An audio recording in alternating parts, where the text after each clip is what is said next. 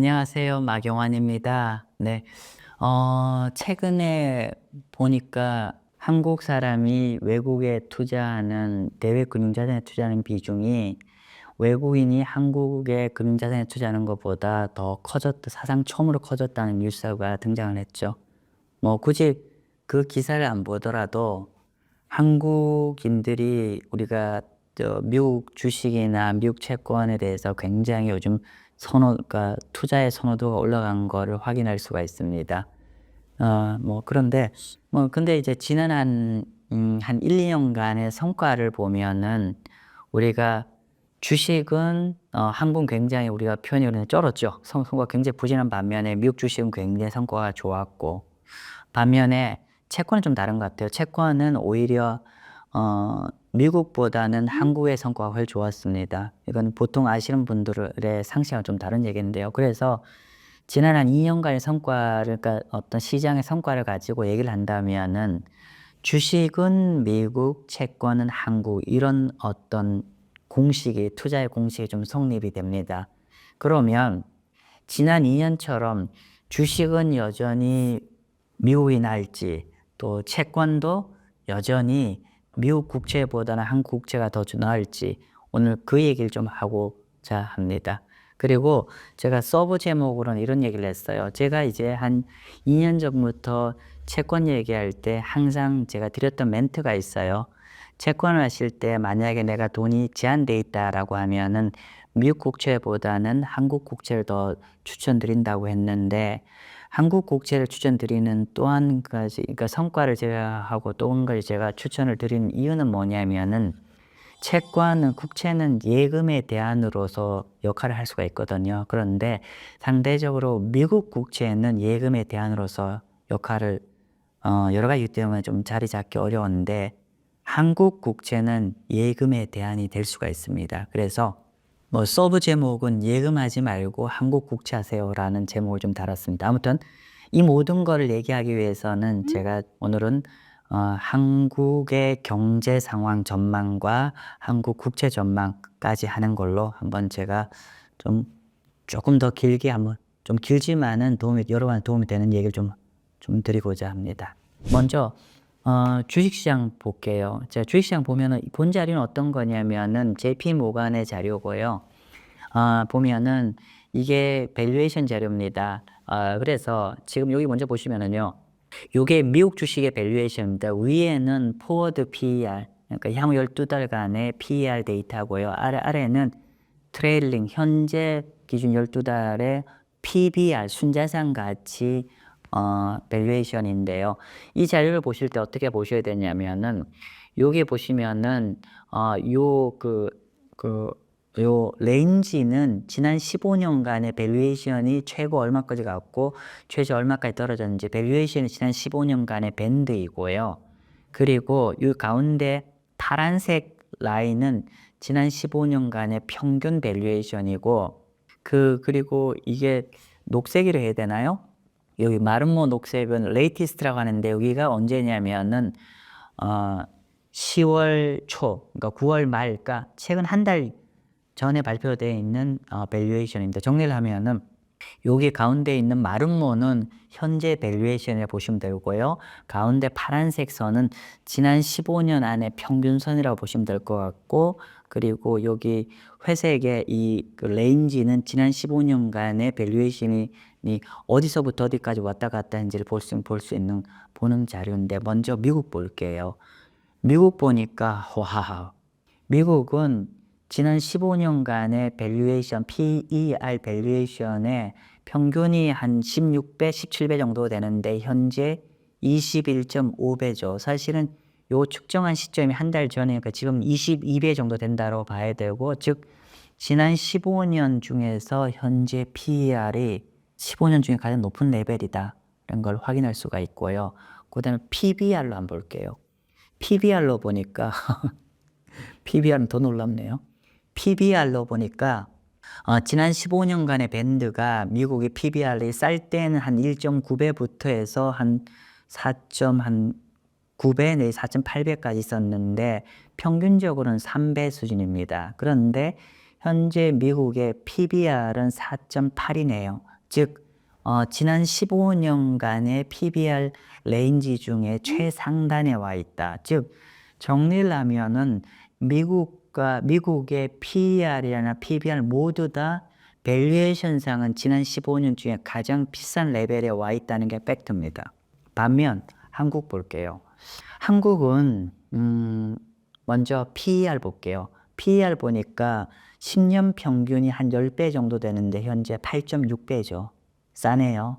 그리고 PBR도 마찬가지입니다. PBR도 지금 보면은 1.0배라서 굉장히 밸류에이션이 지난 15년간의 하단 정도입니다. 그러면 한국과 미국 주식은 아주 밸류에이션상 극명합니다. 성과로 본다면 미국이 압도적으로 좋았고 한국은 굉장히 성과가 부진한데 현재 밸류에이션은 미국은 압도적으로 밸류에이션이 절대적 레벨에서 가장 비싼 레벨이고 반면 한국은 지난 15년 안에서 평균보다 더 낮은 레벨에서 거의 15년 밴드의 하단에 위치할 정도로 저평가되어 있고 그리고 여러분 여기 한번 보실래요? 여기 옆에 있는 것들 주요 이머징 마켓 국가들의 밸류에이션 밴드인데 어때요? 한국의 PER 볼까요? 지금 8.6배 PBR 밴드 있는 나라가 없네요. 한국만 유일하게 8.6배입니다. PBR 볼게요. PBR 1.0 되는 나라는 홍콩밖에 없어요. 그만큼 한국이 객관적인 주식 밸류에이션상은 굉장히 지금 저평가되어 있다. 제가 이번 시간에 미국 주식이 앞으로 더 갈 거다, 안 갈 거라는 게 오늘의 제 설명의 내용의 방점이 아니라 그냥 한국을 중심으로 제가 설명을 좀 드리고자 합니다. 그러면 한국이 왜 이렇게 밸류에이션 저평가되어 있는데 왜 이렇게 주식이 안 올라가는 거냐라고 했을 때 물론 굉장히 수만 가지 변수를 갖고 얘기할 수 있는데 그중에 최근에 JP 모간이 한국 주식이 왜 이렇게 저평가 국면에서 벗어나지 못하는지에 대한 설명을 한 걸 가지고 제가 오늘 간단히 좀 설명 좀 드릴게요. 자, 보면은 먼저 이제 지금 JP 모간에서 한국 주식이 왜 이렇게 못 올라가는지에 대한 설명으로는 코퍼레이트 거버넌스, 즉 기업의 지배 구조를 갖고 설명을 하는 것 같습니다. 자, 먼저 볼게요.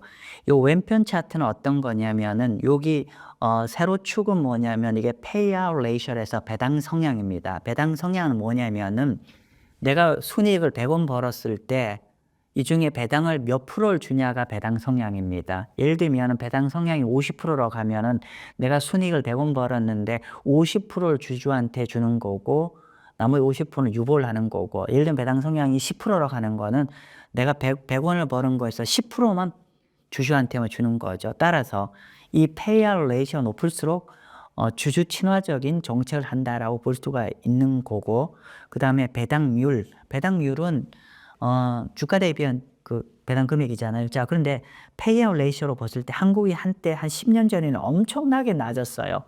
10%밖에 안 된대요. 즉, 돈 번 거에 10%만 주주한테 줬대요. 근데 한국 좀 많이 개선됐어요. 지금 어떻게 되냐면은 이만큼 한 5% 정도까지 개선이 되었는데 여전히 주가가 높은 나라, 예를 들면 미국이나 타이완보다는 배당 성향이 좀 낮죠. 그러나 어쨌거나 배당 성향이 이전보다는 많이 개선됐습니다. 그래서 이게 그러니까 어떻게 보면은 이제 한국 주식이 계속 저평가 국면이 되고 있다는 거로 얘기하기엔 설명이 조금 약하죠. 이전은 좀 많이 개선되었는데 아마 한국 주식이 가장 저평가되어 있음에 불구하고 주가가 못 올라가는 가장 본질적인 얘기가 오른편인 차트입니다. 저 보면서 깜짝 놀랐습니다. 한번 볼게요. 자, 이건 뭐냐면은 여기 PBR이죠. PBR이 보통 이게 숫자가 낮을수록 주식은 저평가되었다고 하는데 현재 주요 비교 그룹 국가들 중에서 한국의 PBR이 가장 낮습니다. PBR이 1배입니다. 가장 낮죠. 그런데 제가 이 자료 보면 또 깜짝 놀란 게 뭐냐. 한국의 기업의 ROE 뭔지 아시잖아요. 그죠? ROE인데 ROE가 지금 한국 기업은 10%가 안 되네요. 반면 미국의 ROE는 거의 한 20%에 육박합니다. 그러니까 ROE가 이만큼 높으니까 PBR도 이렇게 높게 형성된다라고 보실 수 있겠죠. 그러니까 정리를 하면 한국이 이렇게 저평가된 이유 중에 하나가 자본 투자 수익률이 너무 낮아요. ROE가 너무 낮은 거고, 좀 쉬운 말로 하면 한국 기업들이 장사를 너무 못하고 있기 때문에 이렇게 밸류에이션 싼 걸로 해석을 하는 것 같습니다. 그래서 조금 더 보면은 이게 제가 그 한국경제연합회에서 최근에 조사한 자료인데, 우리나라의 이자 보상 비율 상장 기업 중에서 이자 보상 비율 1%가 안 되는 기업이 현재 44.7%입니다. 이게 무슨 말이냐면은 이자 보상 비율이 1이 안 된다는 의미는 뭐냐면은 기업이 장사를 해서 그 남는 돈으로 이자도 다 갚지 못하는, 그러니까 1 언더라는 건 이자도 다 갚지 못한다는 얘기입니다. 그럼 사실 기업은 존속할 필요가 없는 거죠. 사실은 이자 갚고 돈이 남아야 회사가 남아야 되는데, 현재 돈 벌어서 이자도 채 다 갚지 못하는 기업이 전체 상장 기업의 이자도, 그러니까 원금을 상환하는 게 아니에요. 원금 상환이 아니라 이자도 못 갚고 있는 나라가 무려 44%입니다. 그만큼 한국 기업들의 어떤 기업 실적이 너무 저조한 거죠. 그리고 또 최근에, 요거는 최근에 오늘 기사 얘기인데, 또 내년에 더 어려워질 거라 보잖아요. 그래서 지금 뭐 트럼프 얘기도 있고 해서 한국의 주요 기업들이 지금 뭐 핵심 사업을 좀 다 팔아치워서 유동성 확보에 거의 나서고 있다고 합니다. 어쨌건 간에 한국 기업들이 이렇게 주가가 부진한 이유 중에 하나가 한국 기업이 장사를 너무 못한 거죠. 그죠? 뭐 본질적 얘기입니다. 그래서 한국 기업들이 장사를 못한다는 거는 사실은 한국의 내수가 그만큼 안 좋다는 얘기도 될 거고요. 아무튼 그렇게 이해하시면 될 것 같고요. 아무튼 그래서 우리가 이거 조금 힌트를 알 수가 있겠어요. 그죠? 이렇게 한국 밸류에이션이니까 우리가 여기서 알 수 있는 거는, 팩트는 미국은 밸류에이션상 지난 15년간의 가장 비싼 레벨, 반면 한국은 지난 15년간 가장 싼 레벨이고 피어 그룹 대비보다 싼 레벨에서 싼 거는 맞다. 근데 문제는 한국 기업들이 장사를 너무 못하고 있다. 이게 어떻게 보면 가장 구조적인 문제이고, 특히나 한국 기업의 한 40% 이상이 이자도 못 갚을 정도로 장사를 못하고 있다. 뭐 이런 얘기죠. 그러면 이런 부분이 앞으로 개선될지 여부를 판단하는 게 뭐 외국인 동향을 떠나서 내년에 한국 경제 좋아질지, 이런 부분이 더 중요한, 우리가 한국 주식을 볼 때 가장 중요한 변수지 않을까. 왜냐하면 기업이라는 건 이윤을 창출하는 게 제일 중요하고, 이윤 창출 잘하면 주가 올라가는 거고, 이윤 창출 못하면 주가가 안 좋은 거잖아요. 아무리 싸더라도 장사를 못하면 그 기업 주가 안 올라가잖아요. 아무튼 그렇게 보셔야 돼요. 그러면 결국은 내년에 한국 경제 전망이 좀 중요하지 않을까 싶고요. 요거는 뭐냐면은, 제가 오늘 마치 좀 그런데, 이게 또 어떤 분들은 이거 보시면서 그냥 속이 쓰리실 분도 많으실 것 같은데, 그래도 한번 비교를 해보고자 합니다. 이거는 뭐냐면은 2022년부터 해서 지난 한 2년간 맞나요? 22, 23, 24, 그냥 3년 정도 되는데, 22년 1월 달 기점으로 해서 S&P 500과 코스피를 만약에 지수를 투자했다 가정을 했을 때 성과인데, 자료 만들면서 많이 놀랐습니다. 지난 3년간에 만약 코스피를 투자하신 분은 3년 헛장사를 했네요. 무려 4% 손해보셨어요. 반면 미국은 지난 3년 동안에 25% 골랐습니다.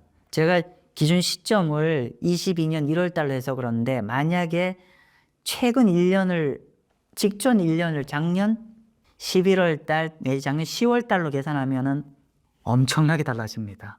보실래요? 만약 작년 10월이나 11월 달로 본다고 하면은 미국은 거의 30-40% 거의 40% 육박하게 올랐고, 반면 한국 주식은 똔똔 내지 살짝 깨졌죠. 제가 방금 재밌는 거 생각났어요. 원래 제가 말씀드리려고 하지 않았던 내용인데, 지금 S&P 500이 작년 10월 달 대비해서 지금 제가 정확히 계산을 하지는 않았지만 한 30-40% 올랐다고 말씀드렸잖아요. 미국 S&P 500에 투자하지 않고 채권 투자하고 이만큼 오른 게 있어요. 뭘 투자했으면 그만큼 올랐을까요? 한국 장기국채. 한국 장기국채를 동일한 구간에, 예를 들면 제가 좀 이따 말씀드리겠지만 타이버 스트립 한국 장기국채를 투자하셨으면 정확하게 작년 10월 달 대비 10월 중순 대비 지금까지 해서 40% 올랐습니다. S&P 500만큼 올랐어요. 우리가 S&P 500만 눈에 보시잖아요. 잘 보시면은 그 못지않게 좋은 수익이 나온 자산이 있다는 거죠. 그래서 뭐 여기서 좀 결론을 내면은, 주식은 확실히 우리가 최근에 왜 한국 주식은 버리는 자식이 없고 미국을 따라는지가 좀 알 수가 있죠. 그래서 그러니까 미국은 확연히 이제 그러니까 주식은 확연히 이제 한국 주식보다 미국 주식이 좋았다는 걸 알 수가 있는데, 근데 여러분 또 가끔 착시를 일으킨 게 뭐냐면, 그래서 미국 주식이 좋다 보니까 미국 채권도 한국보다 더 매력적일 걸 생각해서 미국을 굉장히 많이 투자하시잖아요. 그래서 제 유튜브에도 보면은 제가 한국 관련 채권 동영상 보면 별로 안 보셔요. 반면에 미국 관련된 동영상 그 내용이 도움이 되든 안 되든, 그러니까 좋든 안 좋든 간에 굉장히 많이 보세요. 그만큼 미국의 채권도 관심이 많은데, 근데 놀랍게도 결과는 달라요. 보시죠. 자, 채권은 제가 표현했는데, 채권은 한국에 했는데, 보세요. 2년 전만 하더라도, 제가 미국 국채 금리가 더 낮았고, 한국 국채 금리가 높았는데, 지금 결론적으로 이제 3년 흘러서 어떻게 됐죠? 미국이 한국보다 무려 금리가 한 1% 이상 더 높게 형성이 되었죠. 제가 제 유튜브 동영상 좀 오래 보신 분은 다 아실 거예요. 제가 1, 2년 전부터 계속 말씀드린 게, 둘 중에 하나를 선택하라면 저는 한국 국채를 선택한다고 말씀드렸어요. 바로 이것 때문에. 자, 보세요. 지금 최근 1년간 한국 국채 금리는 저점을 찍고, 물론 미국과 연동해 좀 같이 움직였지만 그래도 고점 계속 아래로 떨어지고 있는 중이죠. 반면 미국은 어떻게 했죠? 사이드웨이로 가지고 있죠. 근데 여러분 이거 아세요? 채권 어렵다고 하는데 어렵지 않아요. 채권 금리를 뒤집으면 채권 가격입니다. 즉 이렇게 우하향으로 떨어졌다는 거는 한국 국채를 투자했던 분은 우상향으로 가격이 올랐다는 얘기고요. 미국 국채를 투자했던 거는 이렇게 박스권에서 갇혀 있었다는 얘기를 할 수가 있겠죠. 그래서 아까 제가 말씀드렸는데, 아까 제가 최근 1년간에 미국 주식 S&P 500 투자했으면 한 30-40% 수익 났다고 아까 보여드렸잖아요. 자, 한국 국채 한번 보여드릴게요. 볼게요. 자, 보세요. 이 자료는 어떤 거냐면, 이거 국내 상장되어 있는 타이거, 미래에셋자산의 타이거 스트립 채권인데, 그러니까 국내 상장 타이거 스트립 채권 ETF인데, 한국 국채 30년과 미국 국채 30년을 동일한 시점을 비교를 했어요. 참고로 왜 마 대표 여기 26년, 23년 6월 달부터 비교했어라고 하면은 요때 국내 상장 요 타이거 스트립 채권 펀드가 나왔기 때문에 요때부터 비교를 한 건데, 뭐 어쨌건 간에 한번 볼까요? 화학. 둘 다 듀레이션은 28년 내외입니다. 그런데 미국 30년 스트립 채권 한국 되게 많이 투자하거든요, 한국 분들이. 근데 1년 반 동안에 마이너스 20% 깨졌죠. 근데 한국 볼까요? 동일한 물건에 한국을 투자하면 무려 25% 올랐어요. 그러면 동일한 듀레이션, 동일한 기간에 미국과 한국을 투자했을 때 1년 반 동안의 성과 차이는 무려 45% 차이 납니다. 이걸 뒤집어 얘기할까요? 아까 주식 성과랑 한국과 미국의 주식 성과와 완벽하게 반대로 가죠. 그죠? 미국은 이만큼 한국이 오히려 깨졌잖아요. 주식이 그렇잖아요. 반면에 채권은 어떻게요? 채권은 완전히 반대입니다. 미국이 이렇게 깨졌고 한국이 이만큼 올랐어요. 그리고 구간을 아까 최근 1년 잘라볼게요. 한국 30년 스트립 채권 볼게요. 여기잖아요. 작년 10월, 11월 여기거든요. 그래서 제가 이거 사실 오늘 제가 저 채권 클래스 하거든요. 시정 클래스에. 그 분들한테 설명드리고 자료를 1년짜리 만들었는데, 저도 만들어 봤어요. 얼마? 40% 났어요. 1년에. 한국 장기국채 이제 40% 났어요.